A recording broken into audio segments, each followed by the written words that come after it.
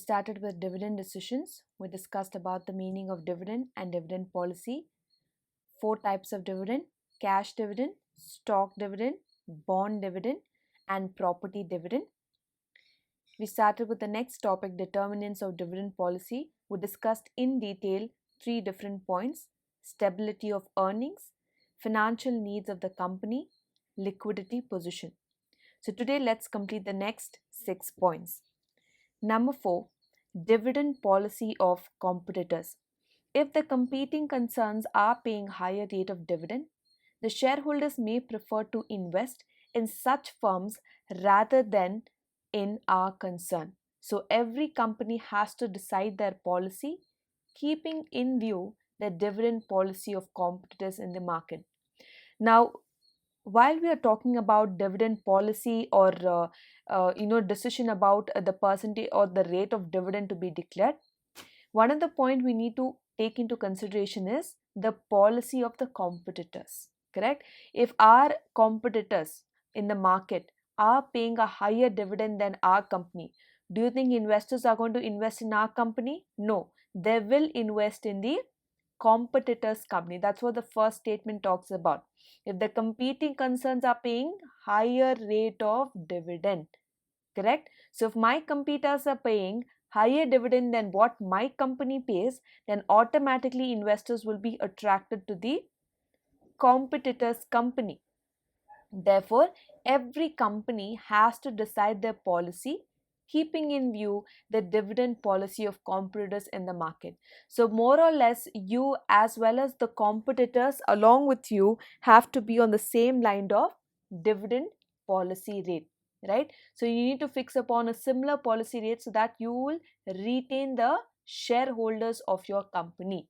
But the reason is, if you're not paying them enough dividend, or the continuously if you are paying low rate of dividend, automatically people will shift to other companies who are paying regular and stable dividends. The first point that we discussed yesterday is what? Stability of income, correct?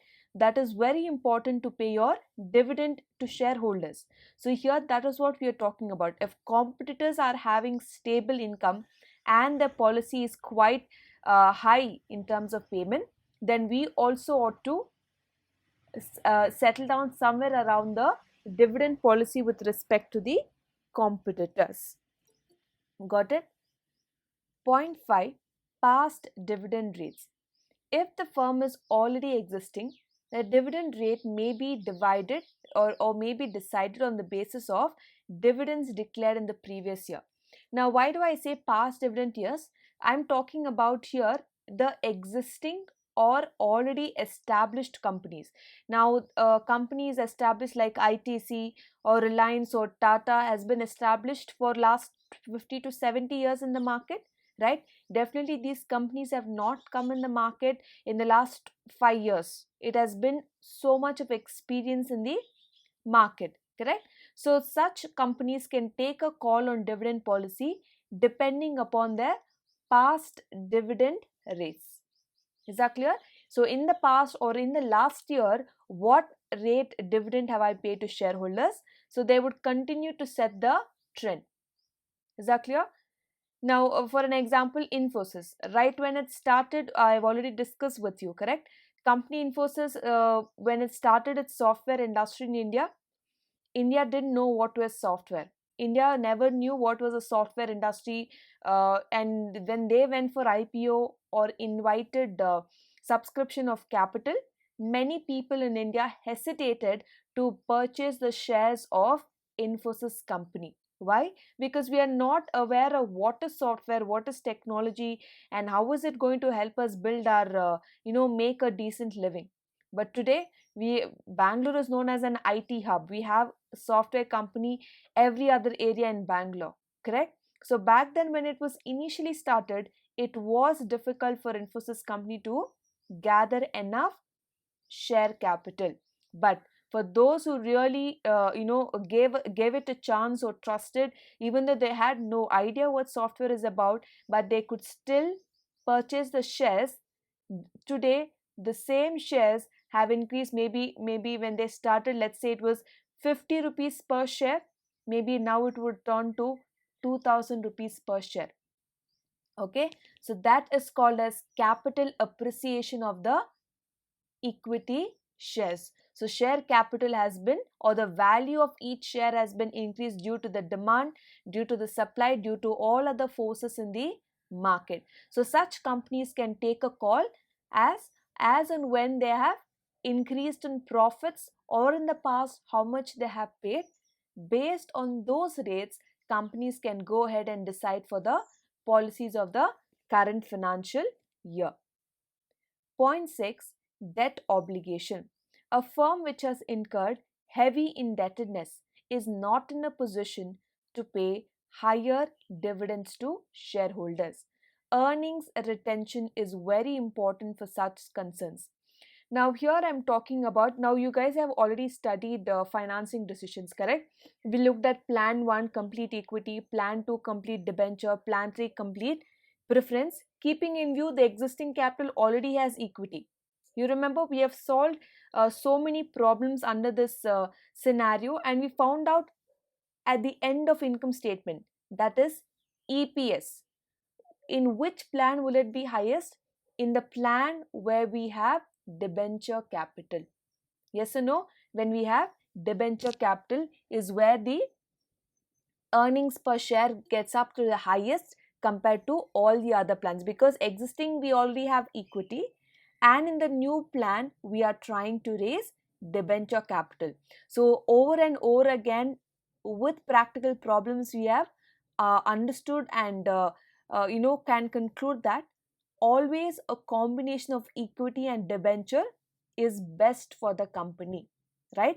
Or is maximizing the income of the shareholders. But then you need to decide about the composition of debt and equity with respect to the repayment capability of the company. If the company is sure and is confident about the profits, or about the business, about its standing in the market, then yes, you can take loan, you can borrow, because you have the confidence that you can pay them back. In case that confidence is lost, or you have lost your business in the market, you're facing loss, that is called as incurred heavy indebtedness. That means you're obliged to pay the interest on the debenture, irrespective you make profit or you make losses. Yes or no? So in case your company has a debenture and equity, mix of capital, when you face a loss, you can convince the shareholders and say, I do not have profits this year, so I cannot pay you the dividend. But can you say the same statement to debenture holders? No. They are not interested in excuses or any explanations. All they need is a timely promised interest. Correct? They are not ready to listen how much profits you have earned or how much losses you have made. All they need is a return on their investment. Right? So that is why here it mentions a firm which has incurred heavy indebtedness is not in a position to pay higher dividends.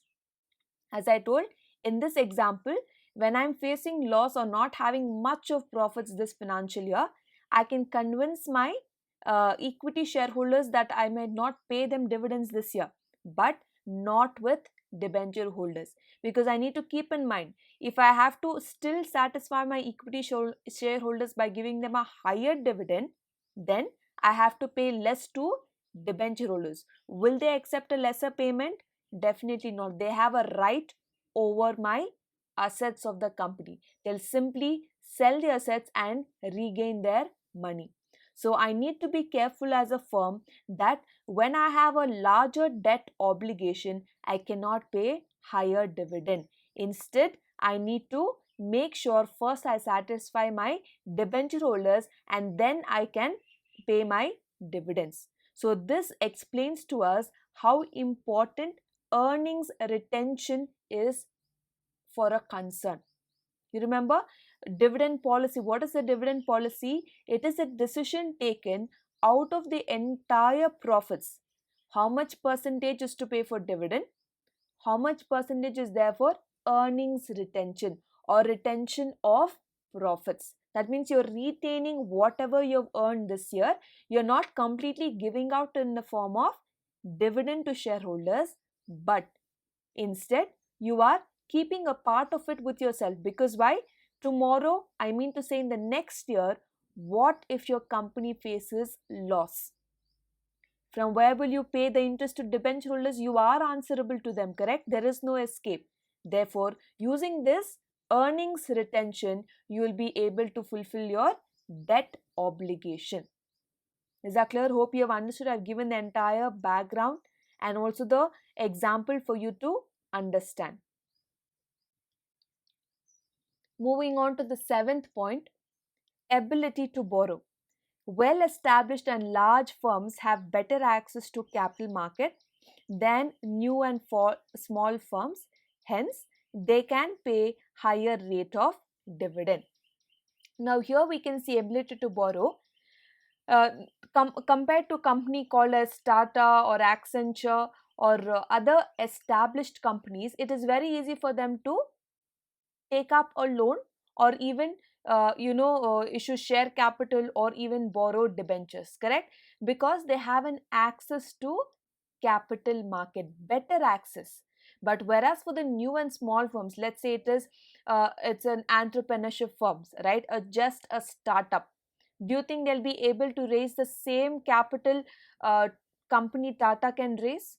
Definitely not. Tata is a well established, well reputed company in the society.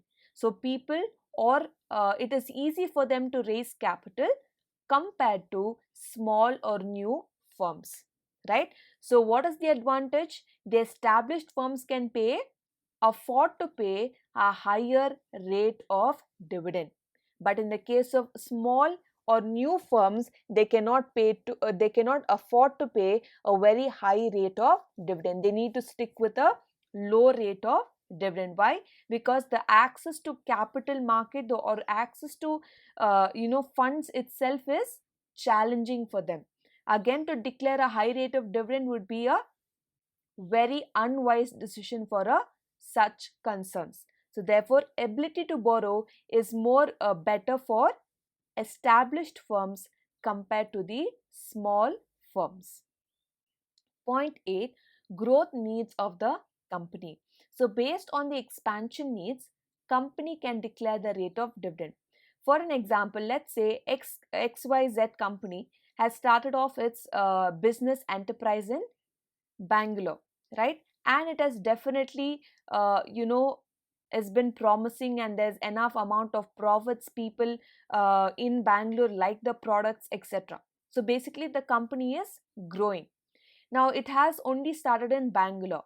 The company, since it has been more profitable, it would like to have its opening of another branch in the other cities or cities of Karnataka. That is the meaning of expansion requirements or expansion needs.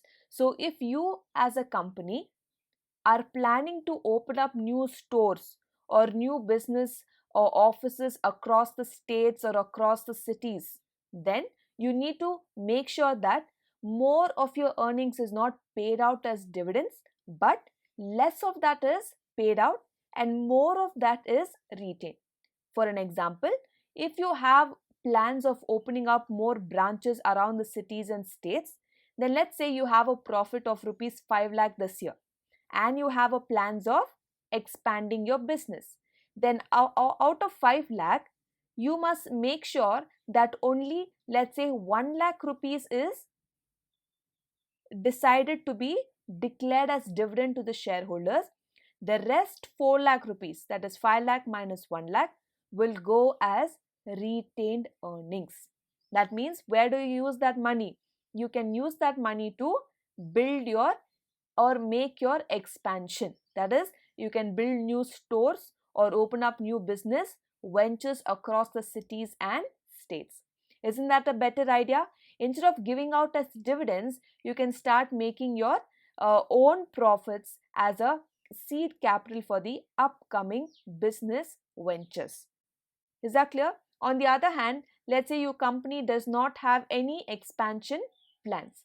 So whatever profits you're making, maybe not 1 lakh, maybe you can increase that to 2 lakh, okay, a double of that, you can declare it as dividend. So each company's has to make its own decision based on what the company's needs are. It has to declare the rate of dividend. Here are the last 2 points that are the determinants of dividend policy. Corporate tax. Taxes affect the rate of dividends of the firm. Higher the tax rates reduces the residual profits available for distribution of shareholders. You can always connect this point now again to the third chapter, that is financing decision. Every time you guys wrote the income statement, right, starting from EBIT minus, first thing is what, you will pay your interest, and then you arrive at EBT, that is earnings before taxation, and then you deduct tax. So based on what is your tax percentage, it can be 30 percentage, 35, 40, right, whatever the percentage is, depending on that how much you pay to the government, the remaining profits is called as residual profits. After paying tax, what do you pay in the income statement? Preference dividend. That is nothing but payment to shareholders. And then you pay EPS, that is equity shareholders. So basically, after paying interest, after paying tax, the leftover profits is called as residual profits. Okay. Now here the statement says the tax rate affects how? Higher the tax, you will have less income available for equity shareholders to distribute. Lower the tax rate, you will have more income to distribute to shareholders. Is that clear? Now let's say for an example, EBT, earnings before tax is rupees 100, and let's say the tax rate is 30%. So you pay 30 rupees to the government, and the remaining, how much is their residual profit? 70 rupees is left over to pay preference dividend and equity dividend. Is that clear?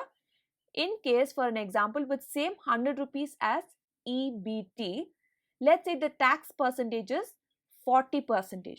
So you need to pay more taxes to the government now than the previous example. Previously you were paying 30 rupees and now you are paying 40 rupees to the government.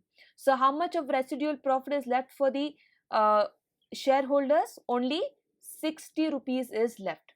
You understanding? So that is what corporate tax has an impact or affects the rate of dividend. The last point, legal requirements. While declaring dividends, the board of directors will have to consider all the legal requirements, because sometimes there is dividends paid is taxable in the hands of the giver. So company will have to pay tax on the dividends declared, and then it will pay the shareholders. So company or the board of directors who make decisions or choices in declaring the dividend need to consider all the legal requirements. Okay, it should not be too rigid that I'm only going to stick to 10% of the profit. When the company is earning super profits, yes, company needs to appreciate its shareholders who have been a part of the capital, so they need to increase their dividend rate. On the same way, when the company is having losses, the shareholders also equally bears with the loss by not demanding for dividend, unlike debenture holders. So board of directors need to be considerate about the legal requirements to be followed up. Is that clear? So this completes your 10 different determinants of dividend policy. Stability of earnings. Second, financial policy of the company. Third, liquidity position. 4, dividend policy of competitors. 5, past dividend rates. 6, debt obligation. 7, ability to borrow. 8, growth needs of the company. 9, corporate taxation policy. 10, legal requirements. So this completes the topic of dividend decisions. So next class will be starting with working capital management.